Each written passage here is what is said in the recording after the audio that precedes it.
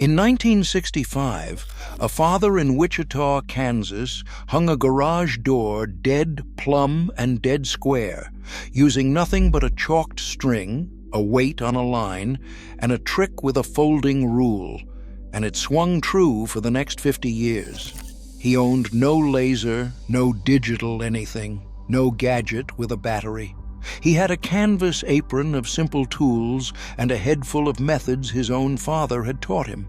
And with them, he did work that a man with $500 of modern equipment still cannot do any better today. His neighbor bought the newest gadget every year. He reached for a string and a pencil. The trick he used to find a perfect right angle without a square is number 11 on this list. And the one method that Father knew that beats every measuring tool ever made, the plainest and most powerful of all, is number 1. He was not a rare man. In 1965, there was a father like him in every neighborhood, a man who could build, hang, level, and fit anything with a handful of simple tools and the knowledge of how to use them. He did not think of these as tricks. He thought of them as knowing his trade. He knew that a string rubbed with chalk beats a 4-foot level over a long wall, that a weight on a line finds true vertical better than any bubble, and that the surest measurement is often no measurement at all. We traded that away.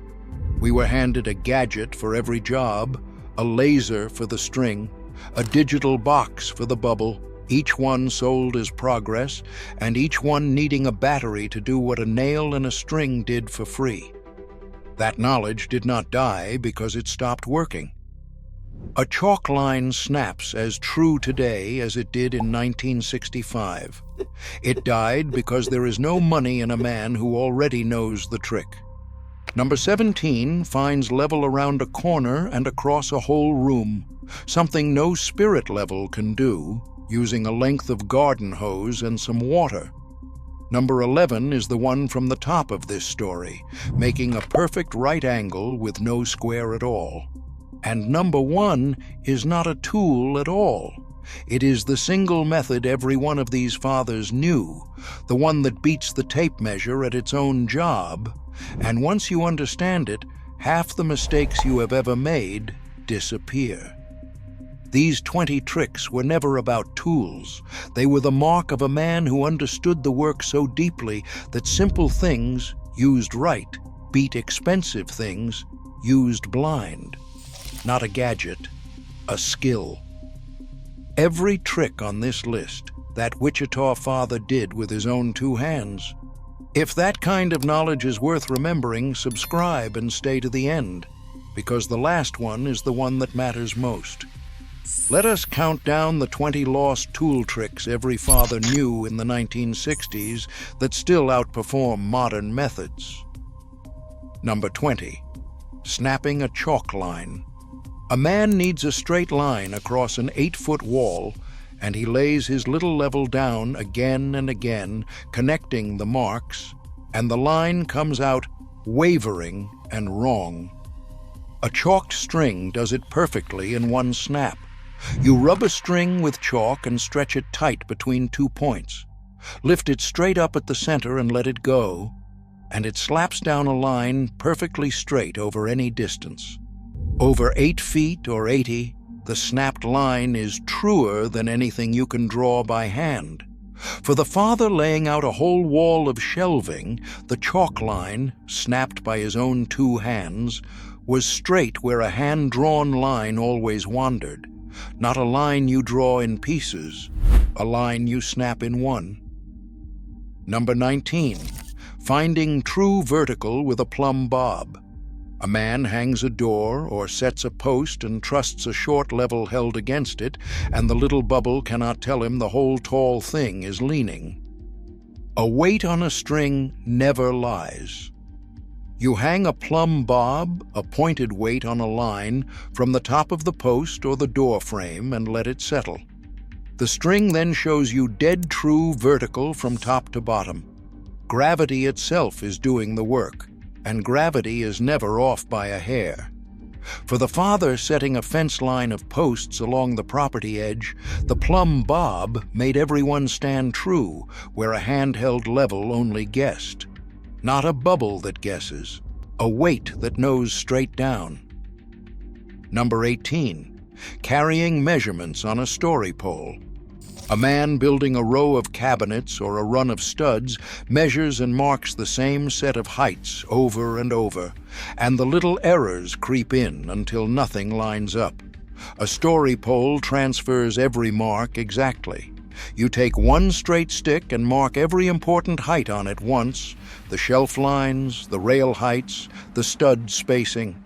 Then you use that stick to lay out every piece, so each mark is a copy of the same true original. Nothing is ever remeasured, so nothing drifts. For the father building a wall of kitchen cabinets, the story pole made every shelf line up perfectly, where remeasuring each one left them uneven. Not a number you remeasure and miss. A stick that carries every mark true. Before we go on, I made something special for you. A guide for men like us who still believe a man should be able to fix his own home. It's the forgotten handyman secrets, the old-fashioned repair tricks our grandfathers used to fix anything around the house and keep it running for life. But these skills are disappearing fast, and once they're gone for good. Don't pay a repairman ever again. Scan the QR code on screen or click the link below. Go ahead, I'll wait right here. Number 17, finding level around a corner with water. A man needs 2 points, level across a whole room, or around a corner where no straight level reaches, and his 4-foot level cannot get there. Water finds its own level every time. You fill a clear hose with water and hold one end at your first mark. The water at the far end settles to the exact same height, anywhere in the room, around any corner. Water cannot be fooled, and it does not care how far apart the two ends are. For the father leveling a long counter around an L-shaped kitchen, the water level was dead accurate, where no spirit level could even reach around the corner. Not a level that stops at 4 feet. Water that finds true across a room. Number 16, starting a handsaw with your thumb. A man starts a handsaw cut by sawing at the line. The blade skips and jumps, and it wanders off the mark and splinters the wood. The old way starts the cut clean. You guide the blade against the knuckle of your thumb and draw it backward a few times to cut a small notch, the kerf. Only then do you saw forward, and the saw tracks straight in the groove you made. That little starting notch is what keeps the whole cut on the line. For the father cutting a board square by hand, the thumb-started kerf gave his hands a straight cut a power saw would envy. Not a cut that wanders, a kerf that guides the blade. Number 15, setting a nail below the surface with a nail set. A man drives a finish nail and either stops short, leaving it proud, or hits the wood with the hammer and dents it around the nail. A nail set solves both.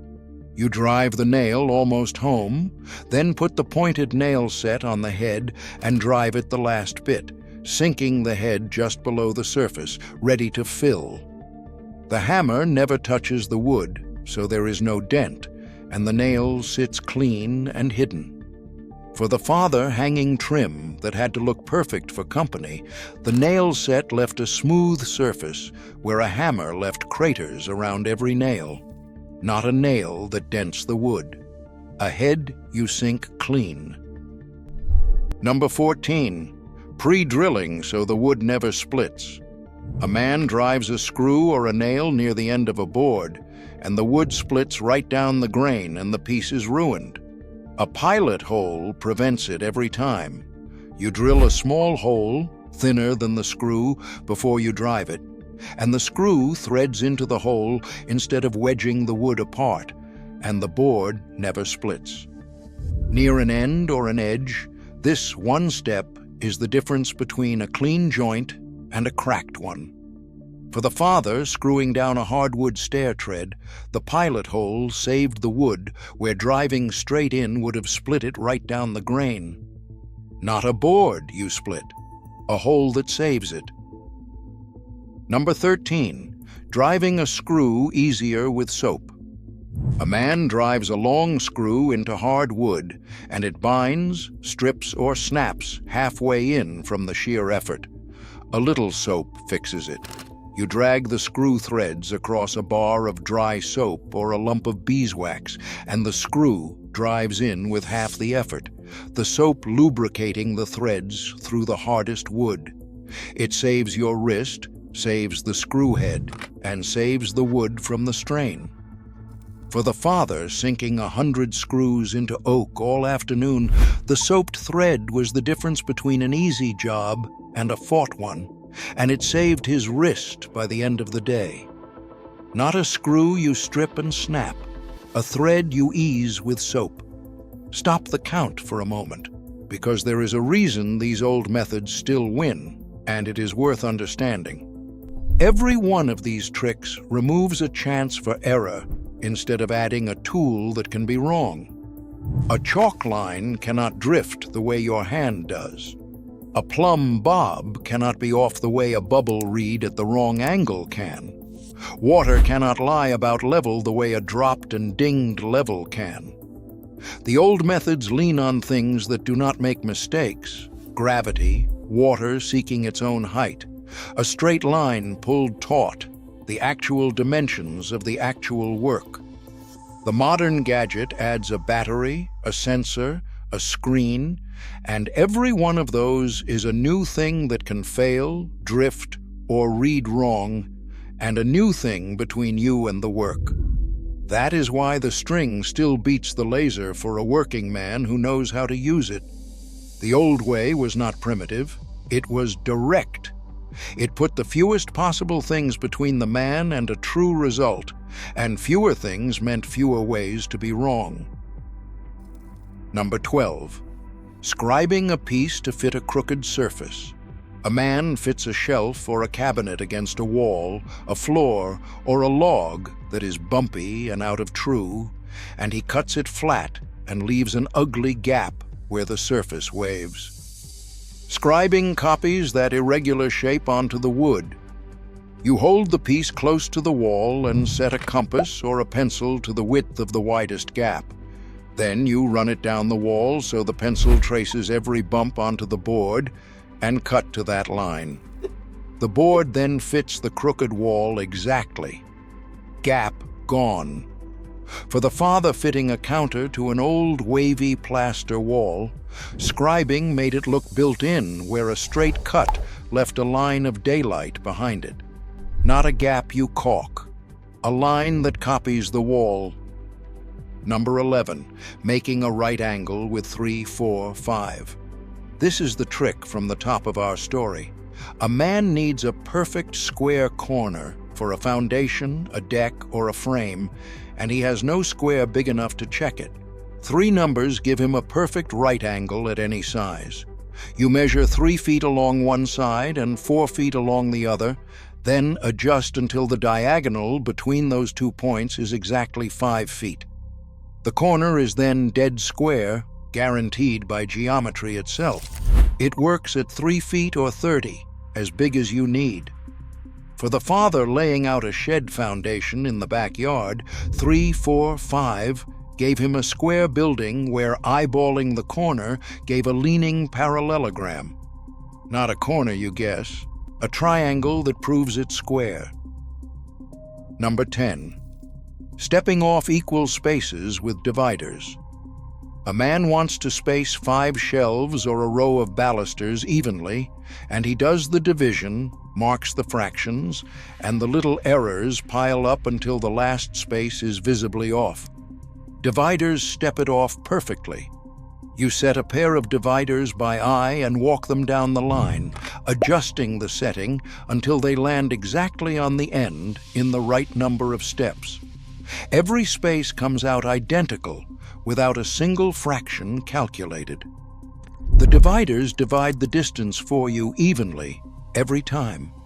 For the farther spacing balusters on a staircase railing, the dividers made every one even where arithmetic always left the last one crooked and cramped. Not a measurement you divide wrong, a step that spaces itself. Number 9, testing a board for wind with 2 sticks. A man needs to know if a board is truly flat or twisted, and his eye cannot see a slow twist along its length. 2 matched sticks make the twist jump out. You lay a straight stick across each end of the board, sight across the tops of both, and if the board has any twist, the 2 sticks will not line up, showing you the wind clearly. These are called winding sticks, and they turn an invisible twist into an obvious one. For the father choosing boards for a tabletop that had to lie flat, the winding sticks caught the twisted ones his eye would have missed every time. Not a twist you discover too late. A wind you see before you cut. Number 8, marking parallel with a gauge. A man wants a line the same distance from the edge all the way down a board, and freehand it wanders in and out. A marking gauge holds the distance exactly.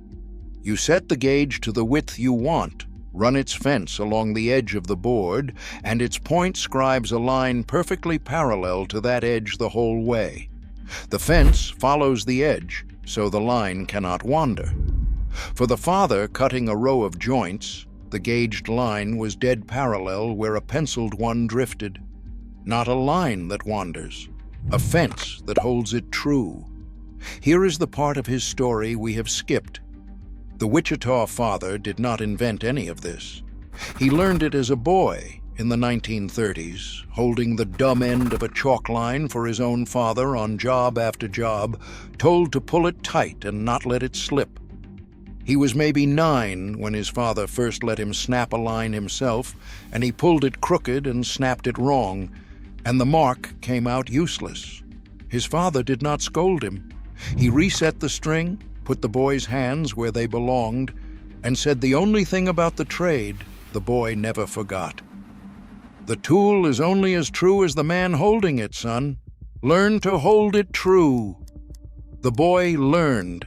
He held that string true for the next 60 years, and every trick on this list came down to that one idea, that a simple tool in a careful hand beats a fine tool in a careless one. And the plainest version of that idea is number 1. Number 7, clinching a nail so it never pulls out. A man nails 2 boards together, and the nail works loose over the years, and the joint rattles and fails. Clinching locks it forever. You drive a nail long enough to come through the far side, then bend the protruding point over with the hammer and drive it back into the wood. The nail becomes a staple that can never pull out. It is the strongest way there is to nail 2 boards together with a single nail. For the father building a gate that had to take a lifetime of slamming, the clinched nails, bent over by his own hands, held where straight ones would have worked loose. Not a nail that pulls out, a point you bend and bury. Number 6, cutting a perfect circle with a string. A man needs to cut a large circle or an arc for a tabletop or an arched opening, and no compass he owns is big enough. A string and a pencil draw any circle. You pin one end of a string at the center and tie a pencil to the other at the radius you want. Pull it taut and swing it around, and it draws a perfect circle of any size. The string is a compass as big as you need it to be. For the father making a round tabletop for the kitchen, the string drew a circle truer than any jig, where a freehand curve always went lumpy. Not a curve you draw by eye, a string that swings it true. Number 5, finding the center of a board every time. A man needs the exact center of a board to place a handle or a leg, and he divides the width, gets a fraction, and marks it slightly off. A ruler laid at an angle finds it with no math. You lay a ruler diagonally across the board so a round number falls on each edge, then mark the middle number. That mark is the exact center, no matter the odd width of the board. The diagonal turns any awkward width into an easy division. For the father centering a drawer pull on the front of a cabinet, the diagonal found dead center where dividing the odd fractions always came up a hair crooked. Not a center you miscalculate, a diagonal that finds it clean. Number 4. Testing a joint with a square before you fasten. A man assembles a frame, nails it together, and only then finds it is out of square and racked, too late to fix. A square checks it while there is still time. You hold a tri-square in the inside corner of the joint before you drive the final nails, adjust until the joint sits perfectly 90 degrees, and fasten it there, so the frame goes together square instead of racked. Checking before you fasten is the difference between a true frame and a crooked one.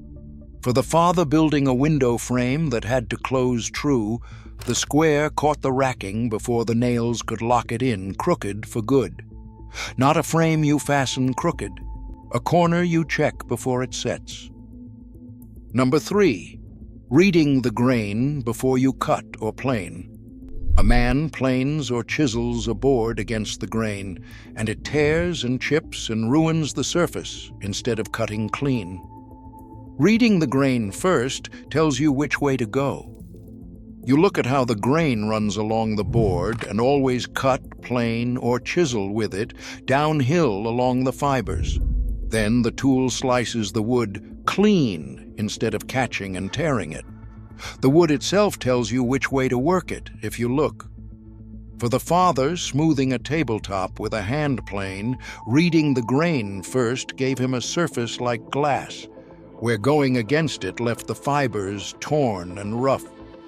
Not a surface you tear, a grain you read and follow. Number 2. Letting the sharp tool do the work. The deepest thing these fathers knew was that a truly sharp tool, used with patience, beats a dull tool forced with muscle every time. A man forces a dull saw or a dull chisel, fighting it the whole way, and it slips, wanders, and does rough, dangerous work. The old man kept his edge keen and let it cut for him. You keep the tool truly sharp on a stone, then guide it with a light, steady hand, and let the edge do the cutting, instead of forcing a dull one with brute strength. A sharp tool guided gently is safer, cleaner, and faster than a dull one forced hard.